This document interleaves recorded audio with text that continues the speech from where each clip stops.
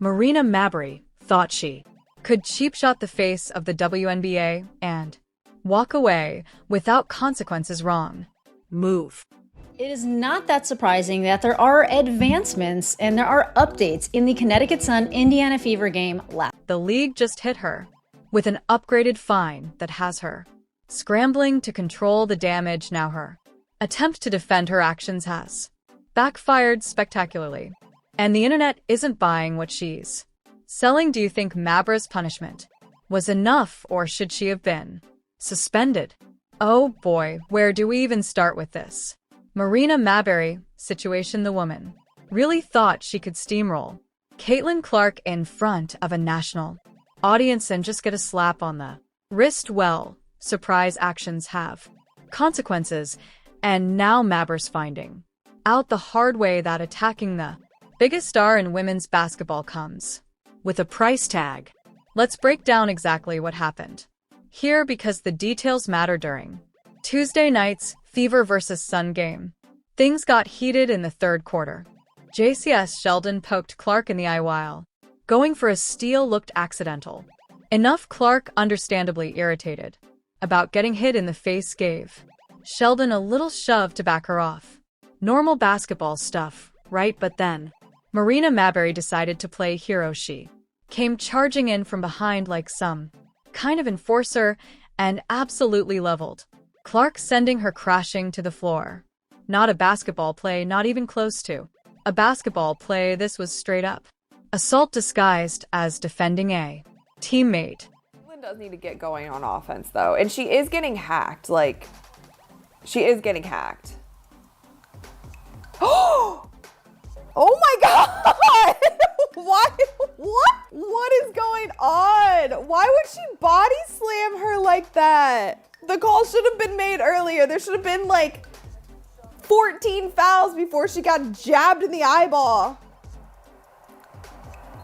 Oh, oh bro, what the hell? Oh my God! Bro!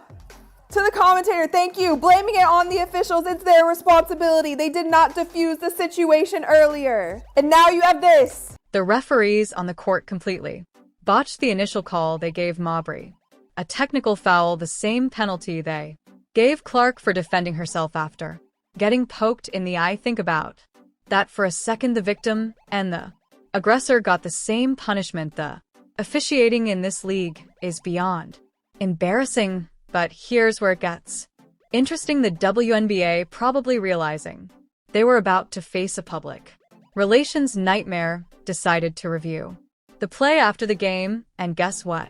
They upgraded Mabrey's technical to a flagrant 2, which comes with an automatic fine. Now the league doesn't disclose fine amounts, but sources are saying a flagrant 2 carries a $400 fine. $400 for assault. You can get fined more than that for a parking ticket in some cities. The league is basically saying that cheapotting their biggest star is worth less than a speeding ticket.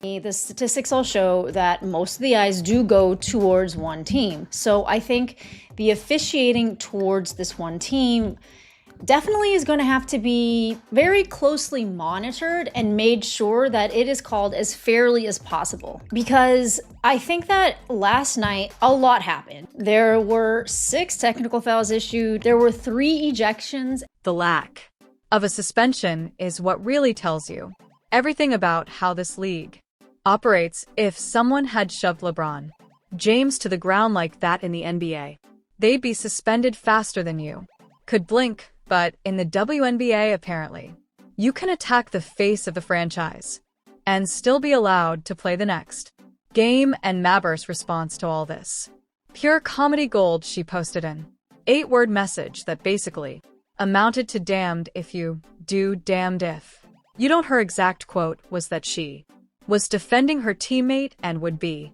villainized either way. Here's the thing, Marina, you weren't villainized for defending your teammate. You were villainized for shoving someone from behind when they weren't looking. There's a difference between having someone's back and committing assault, but apparently that distinction is lost on her. The really pathetic part is how She's trying to play victim now, like she's somehow the one being wronged in this situation. She literally knocked the biggest star in women's basketball to the ground on national television, and now she's acting like people are being unfair to her for calling it out. But wait, it gets better. Her family's reaction to the whole thing is absolutely unhinged. Her sister Dra posted a TikTok moments after the incident, basically celebrating the shove.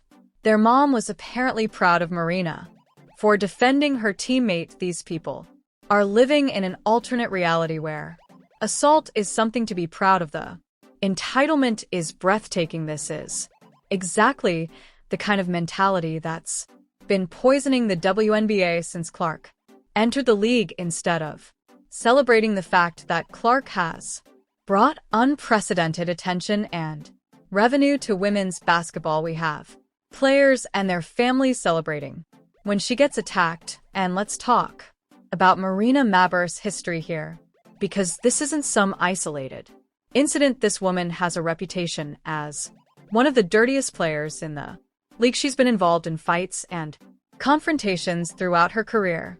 There are literally compilation videos of her starting trouble with other players. DJ Carrington calls Mabrey her evil twin. That should tell you everything you need to know when someone who's known for being aggressive calls you their evil twin. You've probably crossed a line or two. The Women Hooping Instagram page, which has 175,000 followers, is basically dedicated to showing WNBA fights and drama, and guess who shows up in about half their clips?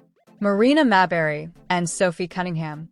These aren't players who occasionally lose their cool. They're players who built their entire brand around being agitators. Now, some people might argue that every team needs an enforcer, someone who's willing to mix it up and protect their teammates. Fine, but there's a difference between being physical within the rules of the game and what Mabrey did to Clark. What makes this whole situation even more ridiculous is the timing. The WNBA is experiencing unprecedented growth thanks largely to Caitlin Clark. TV ratings are up 400% in some markets. Attendance is skyrocketing. Merchandise sales are through the roof. Corporate sponsors are throwing money at the league, and in the middle of this success story, you have players like Mabrey trying to sabotage it all because they're jealous instead of riding the wave and benefiting from increased attention. They're actively working to drive fans away. The really sad part is that Mabrey is actually a talented player. When she's focused on basketball instead of starting fights, she's got skills. She can shoot, she can create plays, but instead of letting her game do the